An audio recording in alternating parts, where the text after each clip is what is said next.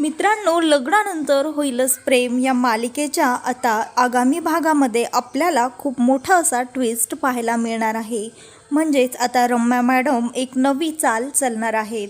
पण मुळात काव्या, पार्थ आणि हे सर्वजणांना मात्र रम्याच्या ह्या नवीन चालेबद्दल काहीही अंदाज नाही आहे। कारण त्या सर्वांना आता असं वाटत आहे रम्या फार बदललेली आहे आणि आता ती खरंच लग्नासाठी तयार झालेली आहे।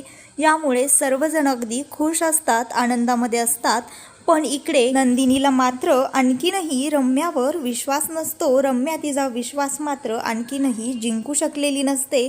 सततच नंदिनीच्या मनामध्ये असं तिला वाटत असतं रम्या नक्कीच काही ना काहीतरी तिच्या मनामध्ये सुरू आहे, ती बदललेली नाही आहे असं नंदिनीला पूर्णपणे खात्री असते। म्हणून नंदिनी तिच्या प्रत्येक हालचालीवर बारीकपणे लक्ष ठेवून असते। पण तरी देखील तिला रम्याच्या विरोधामध्ये एकही पुरावा तिच्या हाती लागत नसतो। पण ती मात्र तिचे प्रयत्न सुरूच ठेवत असते आणि इकडे काव्या मात्र वारंवार नंदिनीला समजावत असते की आता रम्या पूर्णपणे बदललेली आहे। कारण आता रम्याने सर्वांचाच विश्वास जिंकलेला असतो।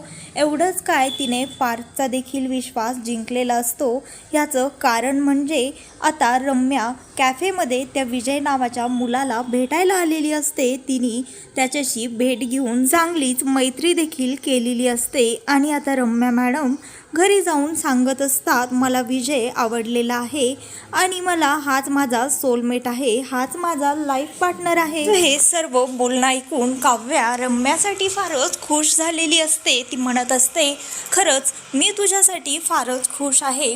तर मग काय रम्या मॅडम, आम्हाला आता तुम्ही विजयला कधी भेटवणार आहात? त्यावर ती म्हणत असते अगं एवढी घाई करू नकोस, मी त्याला बोलली आहे तो उद्याच आपल्या घरी सर्वांना भेटण्यासाठी येणार आहे असं ती सर्वांना सांगत असते। मानिनी म्हणत असते चला आता पुन्हा एकदा लग्नाची तयारी करावी लागेल आणि रम्या खरं तर मी देखील तुझ्यासाठी फार खुश आहे। खरं तर तू फक्त वसुताईंची नाही, माझी देखील मुलगीच आहेस असं मानिनी इकडे रम्याला म्हणत असते। त्यातच तिथे जीवा येतो आणि जीवा म्हणतो रम्या आता बघ तुझं लग्न आम्ही असं धूमधडाक्यामध्ये लावून देऊ की सर्वजण बघतच राहतील। जीवा म्हणत असतो रम्या तुझ्या लग्नाचा सर्व मेनू मीच डिसाईड करणार आहे आणि सर्वजण तिच्यासाठी फार खुश असतात। पार्थ देखील आता रम्यासाठी फार खुश असतो कारण पार्थला देखील असं वाटत असतं की रम्या खरंच लग्नासाठी तयार झाली आहे की काय। आणि इकडे वसू आत्यांच्या डोळ्यामध्ये मात्र पाणी आलेलं असतं। वसू आत्या म्हणत असतात खरं तर माझा तर विश्वासच बसत नाही आहे, रम्याचं लग्न ठरलं आहे। तेवढ्यातच मानिनी त्यांच्याकडे लक्ष देते आणि म्हणते हे काय वसुताई, तुमच्या डोळ्यामध्ये पाणी कसलं?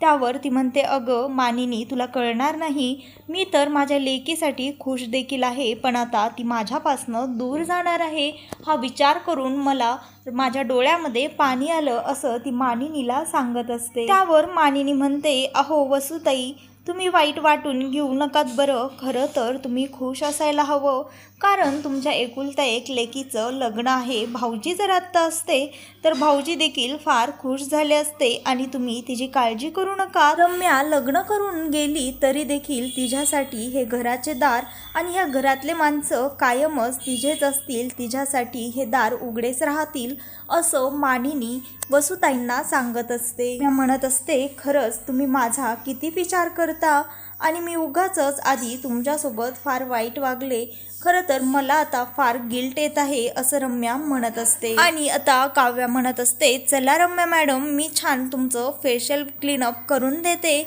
आपण पार्लरमध्ये देखील जाऊन येऊयात कारण आता उद्या मिस्टर विजय तुमच्यासाठी स्पेशल येणार आहेत असं ती रम्याला म्हणत असते। त्यानंतर रम्या म्हणते पार्थ तूच आम्हाला सोडवशील का? त्यावर पार्थ म्हणतो ठीक आहे, पण तिला सोडवण्याचं मन नसतं पण तरी देखील काव्यासाठी तो हो म्हणतो। आणि त्यानंतर इकडे दुसऱ्या दिवशी सर्व घर सजवलेलं असतं कारण आता विजय आणि त्याची फॅमिली इकडे देशमुखांच्या घरामध्ये येणार असतात।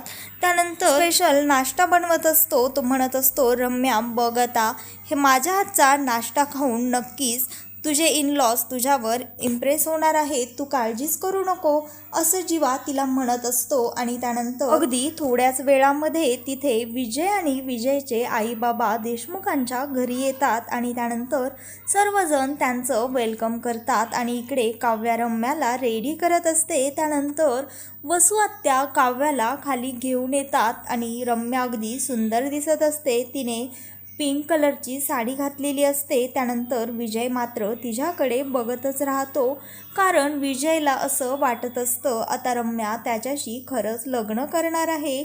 पण इकडे रम्याच्या मनामध्ये मात्र काहीतरी वेगळंच सुरू असतं. विजयचे आई बाबा रम्याला प्रश्न विचारतात आणि त्यानंतर सर्वजण फॅमिली आपापसामध्ये चर्चा करत असते. त्यानंतर विजयचे आई बाबा म्हणत असतात, आम्हाला तुमची मुलगी आवडलेली आहे, आता आपण वेळ वाया न घालवता लग्नाची लवकरच तारीख देखील काढून घेऊयात, असं ते म्हणतात. त्यानंतर मानिनी म्हणते, हो मी आमच्या ओळखीतल्या गुरुजींना कॉल करते आणि तुम्हाला तारीख कळवते, असं मानिनी त्यांना सांगत असते. त्यानंतर ते निरोप घेतात, देशमुखांच्या घरात न जातात. त्यानंतर इकडे तेवढ्यातच मानिनी गुरुजींना बोलवते.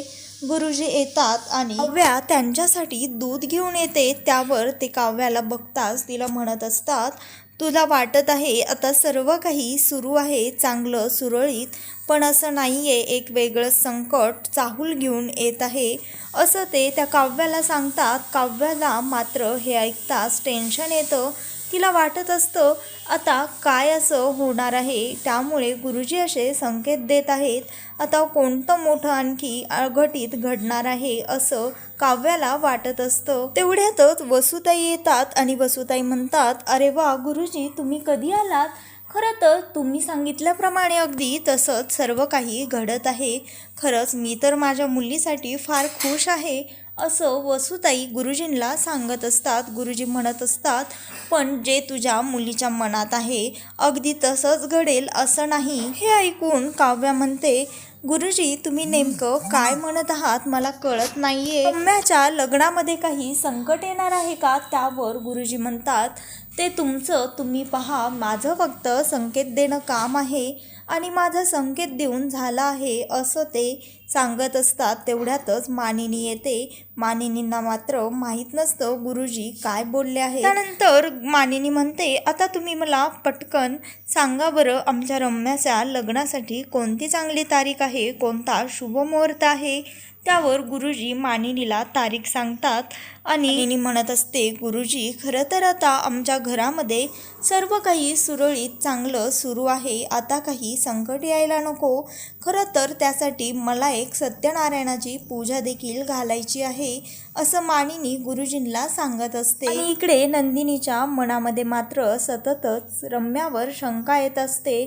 तिला पूर्णपणे खात्री असते की रम्या हे सर्व नाटक करत आहे. अनेकदा जीवाला, काव्याला आणि पार्थला समजावण्याचा प्रयत्न देखील करत असते, पण तिचं बोलणं मात्र कोणीही ऐकत नसतं, कारण सर्वांनाच असं वाटत असतं आता रम्या पूर्णपणे सुधारली आहे, आता ती खरंच मूव्ह ऑन झाली आहे. तर ती नंदिनी फार चिंतेमध्ये असते, किचनमध्ये काम करते. तेवढ्यातच तिथे मिथुन काका जातात.